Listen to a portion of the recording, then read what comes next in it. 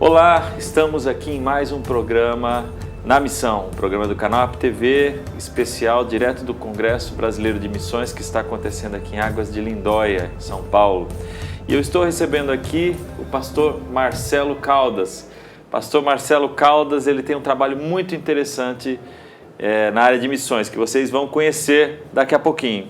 Mas, em primeiro lugar, pastor Marcelo Caldas, muito obrigado pela sua presença aqui conosco no programa Na Missão. Para nós é um privilégio estar aqui com vocês e compartilhando com os telespectadores aquilo que Deus tem feito na nossa vida. Ok. Pastor Marcelo Caldas, ele trabalha na Bahia, é baiano, ele tem um trabalho com a MEAP junto aos pescadores e ele coordena todo um grupo de missionários lá na Bahia. Pastor Marcelo Caldas, para vocês conhecerem um pouquinho, ele é teólogo, coordenador do campo da MEAP lá, como eu já acabei de lhes falar, na Bahia. Ele também tem pós-graduação em missiologia pela Universidade Cândido Mendes, no Rio de Janeiro, assim como bacharel em teologia pelo Seminário Batista do Nordeste e também empresário. Foi empresário durante muito tempo na área de tecnologia da informação. Aí eu já estou dando a primeira pista do que nós vamos conversar hoje aqui, não é? Pastor Marcelo Caldas, o senhor coloca aqui no seu livro, logo no início, a seguinte afirmação. Então o Senhor disse, escreve a visão em tábuas, para até que quem possa passar correndo, leia. O que o senhor quer dizer com isso? Deus, ele quando falou aos profetas, em especial em Abacuque, esse texto se encontra em Abacuque 2:2, ele dá uma visão muito clara a Abacuque, que era necessário que Abacuque falasse ao povo de Israel sobre os pecados do povo, sobre a possibilidade de redenção junto a Deus. E ele, quando fala Abacuque isso, ele faz com que Abacuque ele alcance o maior número de pessoas possíveis. Em nossas palestras e também no desenvolvimento do nosso trabalho, nós percebemos que hoje, se Deus estivesse falando a Abacuque, ele estaria dizendo, Abacuque, vai ali, escreve minha palavra num outdoor para que todos possam ver. Quer dizer, nós estamos aqui fazendo uma comparação de alguma coisa que era usada para comunicação antigamente com o que é usado para comunicação nos dias de hoje. Então, quer dizer, existe aí um indício de que nós deveremos nos preocupar muito com a comunicação, porque desde os tempos lá atrás, bíblicos, a preocupação dos apóstolos, dos pregadores, já era com a comunicação. Exatamente. A própria Bíblia é uma ferramenta de comunicação. Desde Adão e Eva, e quando Deus inspirou Moisés a escrever o Pentateuco, Deus claramente diz a Moisés para que ele deixe registrado na história para que todos possam conhecer a saga de Israel. Então a comunicação de Gênesis a Apocalipse, ela é algo primário, ela é algo que deve ser considerado por todos nós. Principalmente em se tratando de Novo Testamento, onde a própria palavra evangelho no grego significa boas novas. Boas novas é o meio para a comunicação. Ok. Eu estou aqui com um livro do pastor Marcelo Caldas, que eu vou apresentar para vocês, o qual eu mencionei aqui. O livro se chama Missões e Tecnologia. É um tema muito interessante. O canal APTV investe em tecnologia e tem trabalhado exatamente com tecnologia, levando a palavra de Deus através da tecnologia. Mas eu gostaria que o senhor me explicasse um pouquinho mais de quais são as tecnologias disponíveis hoje para a igreja, como ela deve ser aplicada corretamente. Porque muitas vezes o que nós vemos, pastor, são igrejas extremamente tecnológicas. Nós vemos tecnologia demais às vezes, um dinheiro imenso gasto na tecnologia, quando muitas vezes, sem querer fazer um pré-julgamento, porque isso é muito perigoso, mas sem querer julgar, nós vemos pessoas se utilizando demasiadamente de algo em detrimento de outro. Então, qual é o balanço que o senhor faria sobre o uso correto da tecnologia e o que está disponível para que as igrejas usem? Antes de eu me tornar missionário na MEAP, eu fui pastor em uma congregação, em uma grande igreja em Salvador. E essa igreja ela tem muitos ministérios. E todo ano nós fazíamos um orçamento e uma previsão do que nós iríamos fazer no próximo ano. E cada ministério sempre vinha com muitos eventos, muitas programações, e a todos os líderes nós sempre perguntávamos: qual é o objetivo disto?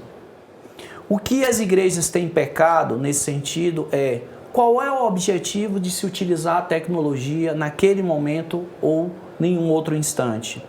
E as pessoas não estão se fazendo essa pergunta. Elas simplesmente estão investindo porque outros estão investindo. Se uma igreja ela faz uma transmissão de streaming do seu culto, então o outro vê também a necessidade de fazer porque uma outra igreja está fazendo. Quando na verdade ela deveria se perguntar: será que eu tenho um público para isso?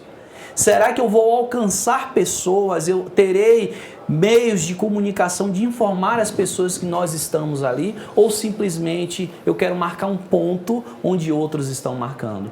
Então esse é o objetivo. É perguntar primeiro por que nós estamos fazendo, né? E para quem nós estamos fazendo. Porque também o direcionamento do público é algo muito importante. Essa coisa de copiar os outros é muito interessante, porque às vezes nós realmente que lidamos com isso, nós percebemos o quanto igrejas às vezes se dão ao trabalho de correr atrás de tantas outras coisas, principalmente com relação a esse mundo da tecnologia, de correr atrás de tantas coisas tecnológicas. E a gente, se vai, por exemplo, a um país como os Estados Unidos, a gente vê muitas coisas, tudo top, tudo do melhor, né? Tudo do bom e do melhor e do mais caro, e às vezes isso custa muito dinheiro. Qual é o balanço que isso deve ter numa igreja em relação ao trabalho que ela faz com as pessoas, com a pregação do Evangelho, com o cuidado às pessoas, com o envio de missionários ao campo, com tantas outras ações que uma igreja deve ter no próprio trabalho pastoral? O pastor ele deve cuidar das suas ovelhas. E às vezes eu pessoalmente percebo e já vi isso acontecer. Nós às vezes percebemos que existe um investimento muito maior em tantas coisas tecnológicas e esquece-se da pessoa. Para ilustrar isso um pouco, e também para dar um outro elemento, né, que eu gostaria de ouvir a sua opinião, mas eu me lembro quando nós éramos jovens, íamos nos acampamentos, e muitos deles, às vezes não tinha luz, não tinha energia elétrica, e o grupo de som, de música, achava que não dava para fazer o louvor, ou não tinha, ou alguém convidado, ou se acabava a energia, e aquilo se tornava um problema, porque a tecnologia passou a ser mais importante do que o próprio louvor a Deus, que podia ser simplesmente com violão ou sem nada, apenas as vozes, não é? Muito embora, olhando por outra faceta, nós temos situações em que nós, sem uma boa amplificação de som ou sem o vídeo, a gente não consegue levar. Jesus no passado subia num monte e resolvia o problema com aquelas pessoas que estavam ali, ou ia num barquinho e resolvia o problema. Agora, como falar hoje para 8 bilhões de pessoas no mundo? Né? Eis a pergunta. Então, qual é o balanço que se deve fazer e a importância de cada coisa? Existe um adágio popular de um camarada chamado Murphy, que ele criou uma determinada lei. A lei de Murphy, ela diz o seguinte: se algo puder dar errado, dará. Quando nós tratamos sobre o tema da tecnologia, nós não falamos diretamente em instrumentos de computação, de informática. Nós falamos de instrumentos, de meios para a propagação. Em nosso livro nós temos alguns casos interessantes. Na MEAP nós criamos um kit missionário. Nós atendemos numa região na Bahia, no Baixo Sul, onde nós lidamos com comunidades quilombolas. Muitas dessas comunidades não têm energia, não têm luz, não têm absolutamente nada. E nós resolvemos criar um kit tecnológico onde nós tínhamos um pequeno gerador de energia, com um notebook, um data show, porque algumas dessas comunidades, 100% da população era analfabeta. Então nós trabalhávamos sempre com a tradição oral e com a pregação do evangelho através de imagens, através de figuras. E eu lembro de ter criado uma mensagem chamada O Plano de Deus para a Sua Vida, em que eu mostrava os 7 tempos de redenção de Deus através das imagens. E num determinado local desse chamado Barcala, nós apresentamos essa mensagem e 2 pessoas tomaram a decisão ao lado de Cristo. Tempos depois, eu fiz uma outra viagem para uma outra região, com uma situação parecida, mas que nesse local tinha energia elétrica. Bom, tem energia elétrica, eu não preciso levar meu gerador. Vou levar meu notebook, vou levar meu slide e lá eu vou apresentar. E era uma escola. Quando eu cheguei nessa escola, eu descobri que não tinha energia. Mas, puxa vida, o que eu faço? Volto para casa? Porque minha pregação está toda no slide? As pessoas aqui também trabalham sobre a tradição oral porque são analfabetas? Não, eu tinha um quadro negro à minha frente. Então eu desenhei toda a história no quadro. E fui falando dos 7 tempos de redenção de Deus na vida do homem. E 4 pessoas foram levadas a Cristo. Tá vendo? Então Deus usa qualquer tipo de situação, não é verdade? Nós podemos nos virar, não é? Com qualquer tipo de situação. Mas nós vamos voltar daqui a pouquinho, a gente passou um pouquinho do nosso tempo do primeiro bloco, daqui a pouquinho a gente continua com o pastor Marcelo Caldas. Ok.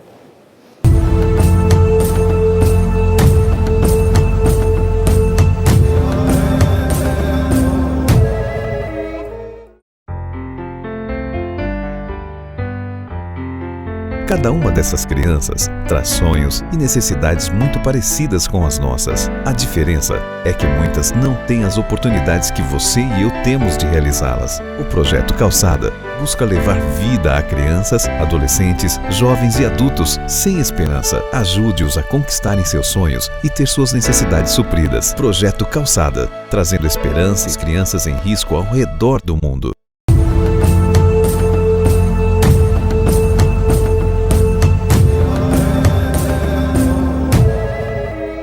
Estamos de volta com o programa Na Missão, gravado aqui direto do 7º Congresso Brasileiro de Missões, em Águas de Lindóia, São Paulo. Pastor Marcelo Caldas está nos contando um pouco sobre o uso da tecnologia em missões e vamos ouvi-lo um pouquinho mais. Pastor Marcelo, no seu livro nós temos aqui um capítulo especial dedicado a ferramentas para a tecnologia, não só ferramentas, mas o uso dessas ferramentas. E o primeiro tema que eu trago é como usar ferramentas de comunicação para proclamar o Evangelho, para fazer a proclamação no início, né? Que é o primeiro approach. Eu acredito que uma ferramenta de comunicação pode fazer numa missão, numa igreja, numa instituição, que é levar a palavra às pessoas. Depois nós falaremos sobre outras ferramentas, mas como é que é feito o primeiro approach, a primeira aproximação com o uso de ferramentas para proclamar o Evangelho? Eu queria fazer um paralelo com as Escrituras Sagradas, onde tem um texto de Apocalipse que diz assim, João escreve lá, do Oriente ao Ocidente todos verão, quando Jesus vier em poder e glória. Eu fico imaginando quando João naquela época, quando escreveu isso, se João soubesse que a terra era redonda, como ele iria escrever isso? Qual a percepção que ele teria em que Jesus, num determinado ponto, num globo, todas as pessoas pudessem ver? Então nós percebemos que a tecnologia hoje também ela é um pano de fundo para cumprimento das profecias. Daniel 12, ele vai dizer assim, no fim dos tempos, os homens correrão de um lado para outro. Então a tecnologia é algo fundamental para que esse evangelho, essa proclamação das boas novas cheguem a todas as pessoas. Tudo isso começou com o rádio, com o advento do rádio, depois com o advento da TV, vieram lá os televangelistas, o Billy Graham. Aqui no Brasil veio através das igrejas neopentecostais, do Silas Malafaia, do Edir Macedo e essas pessoas que de alguma forma levaram o evangelho à maneira deles, a algumas pessoas, e isso fez com que igrejas históricas também pudessem entrar nesse processo. Hoje, basicamente, a partir de 1991, com o advento da internet, isso disseminou muito mais. Você acha que as igrejas históricas estão atrasadas com relação ao uso da comunicação em relação a outras? Sim, elas estão começando a despertar para isso agora. Tanto é que o nosso livro ele é inédito no Brasil. Quando eu resolvi escrever a respeito, não existia literatura a respeito. O mundo acadêmico evangélico ele ainda não despertou para essas possibilidades. Então, as igrejas elas estão começando a perceber agora. Projetos como a UpTV, que vem de uma forma inovadora, trazer esse mundo evangélico para essa disseminação de massa, ela começa a despertar o interesse, ainda pequeno, da comunidade evangélica brasileira, mas ela precisa realmente avançar.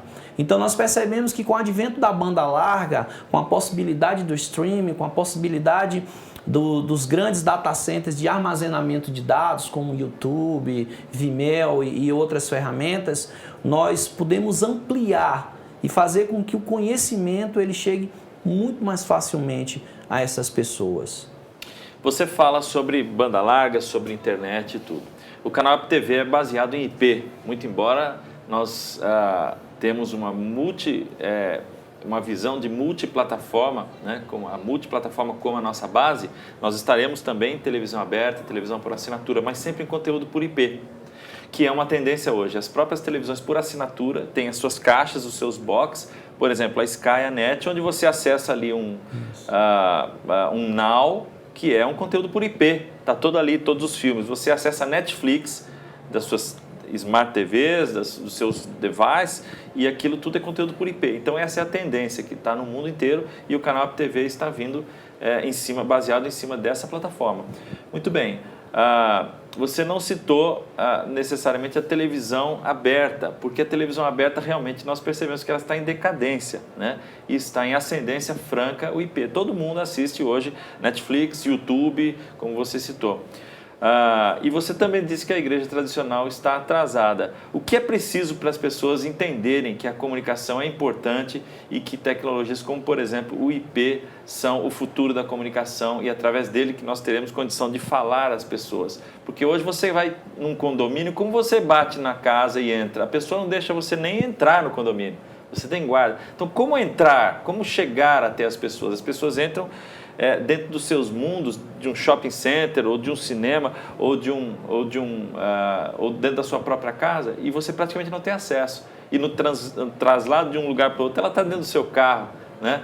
Como é que nós podemos entender isso e qual é o papel da tecnologia hoje de comunicação por internet nisso tudo? Primeiro nós precisamos salientar que a igreja ela não entrou ainda na pós-modernidade. A igreja ela ainda não entendeu a pós-modernidade.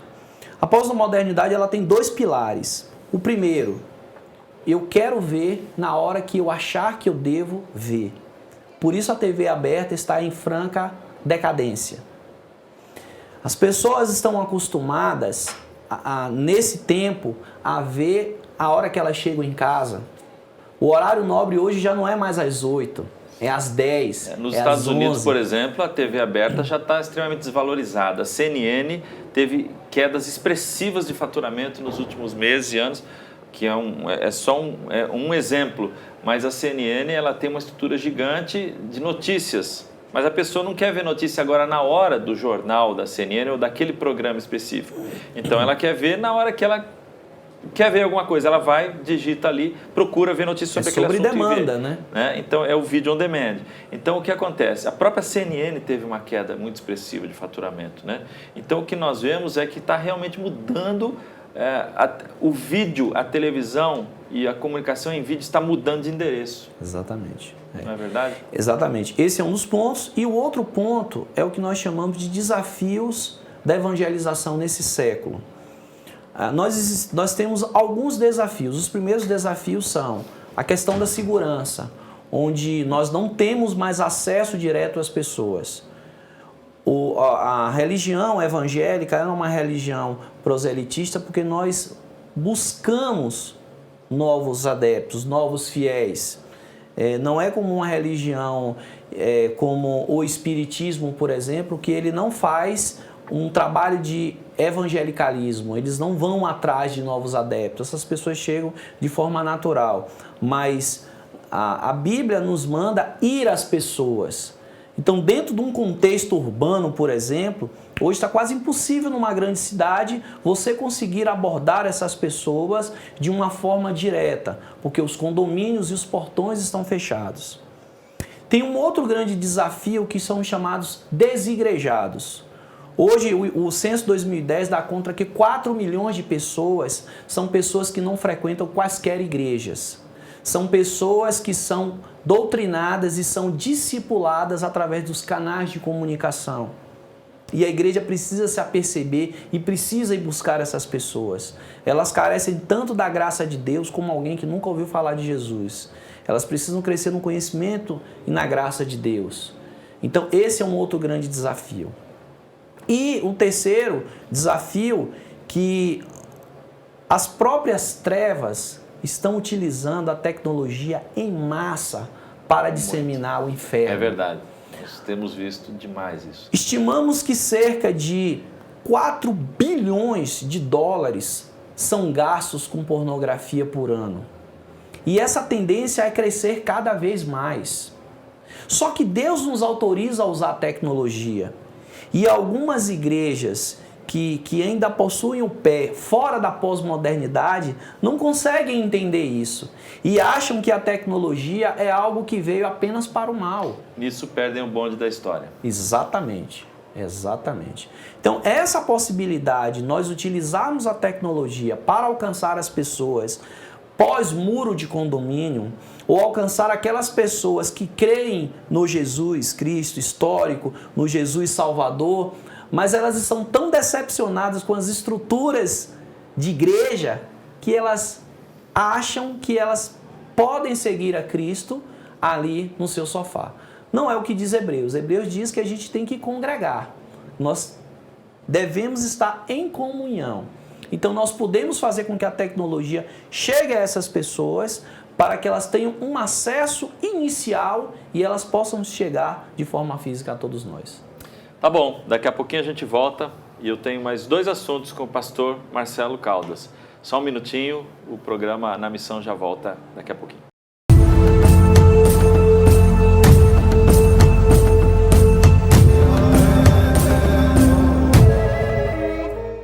Desde pequeno, te ensinaram que só dá para fazer missões de 3 formas: indo, orando ou contribuindo. Você sempre sentiu seu coração ardendo por missões, mas como seus talentos e habilidades não se encaixam muito bem no trabalho de campo, você ficou com as outras 2 opções: contribuir e orar por aqueles que estão lá. Nós da base acreditamos que existem muitas outras formas de fazer missões e que todos podem servir com aquilo que sabem fazer. Conheça hoje o nosso trabalho e saiba como você pode ajudar. Base, juntos pelo reino. Conheça a revista eletrônica Vale Gospel Notícias, o ponto de referência dos evangélicos. Entre em nosso site, aproveite os nossos serviços e conheça o Vale Gospel Card, rede de descontos no guia de compras, serviços e conveniados. Peça agora o seu gratuitamente. Aproveite este benefício e ligue agora mesmo. 12 98 829 7380. Mande um e-mail para a gente, valegospelcard@gmail.com. Acesse o nosso site www.valegospelnoticias.com.br e fique por dentro das boas notícias que temos para vocês.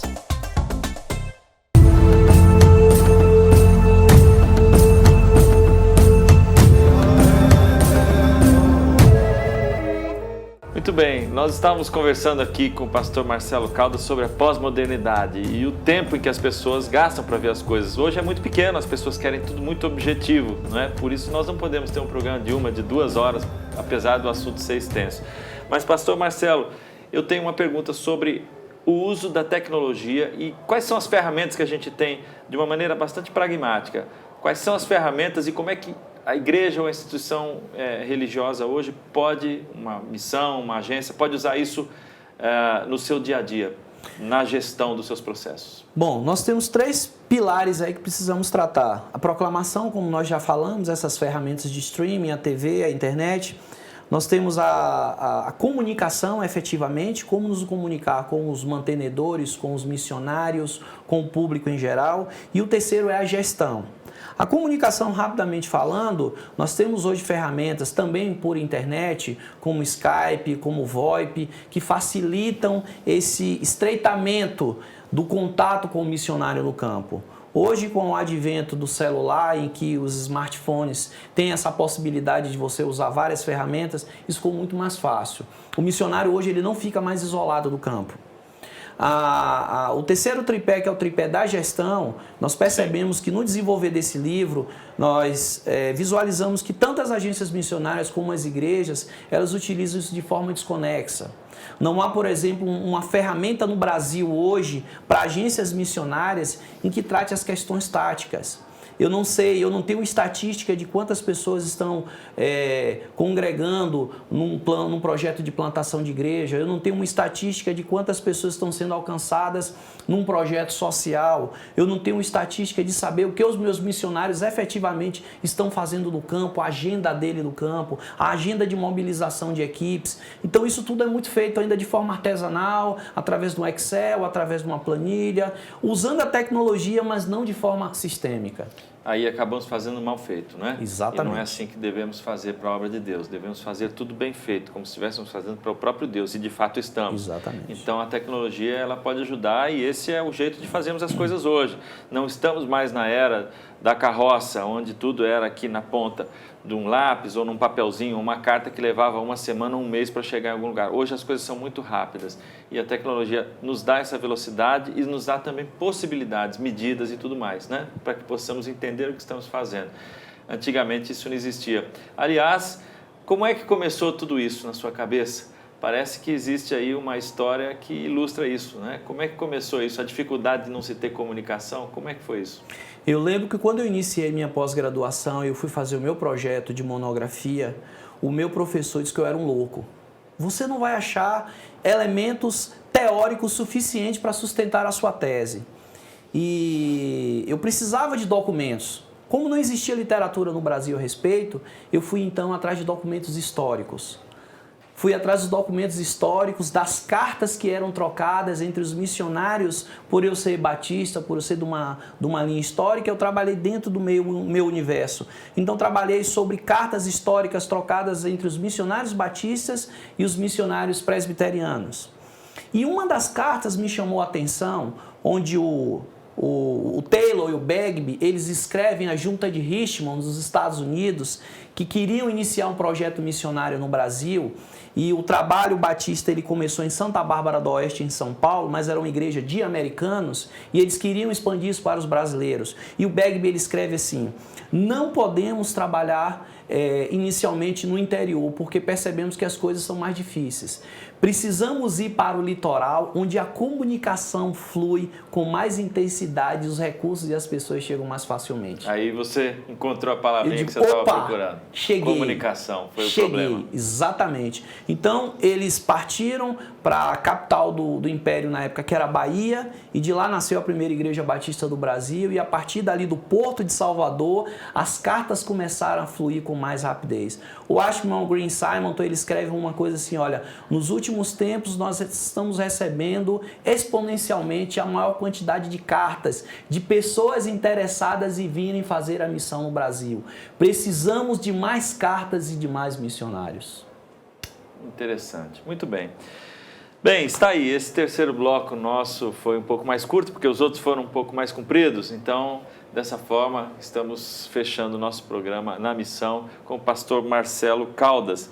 Agradeço muito a sua presença aqui, pastor, muito obrigado pela sua presença, esperamos que o senhor volte outras vezes e tenhamos a oportunidade de ouvir um pouco mais sobre a evolução do seu trabalho e sobre o que nós podemos esperar sobre as novas tecnologias que aí estão, né?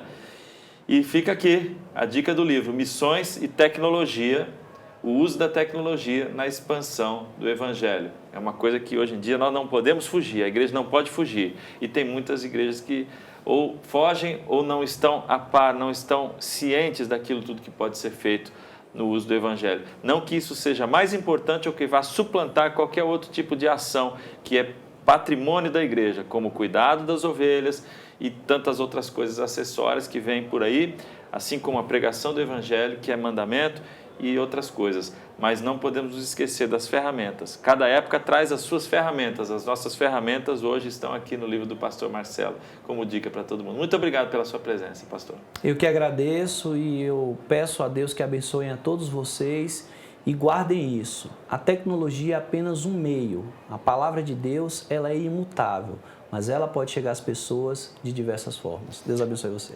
Muito bem. Obrigado.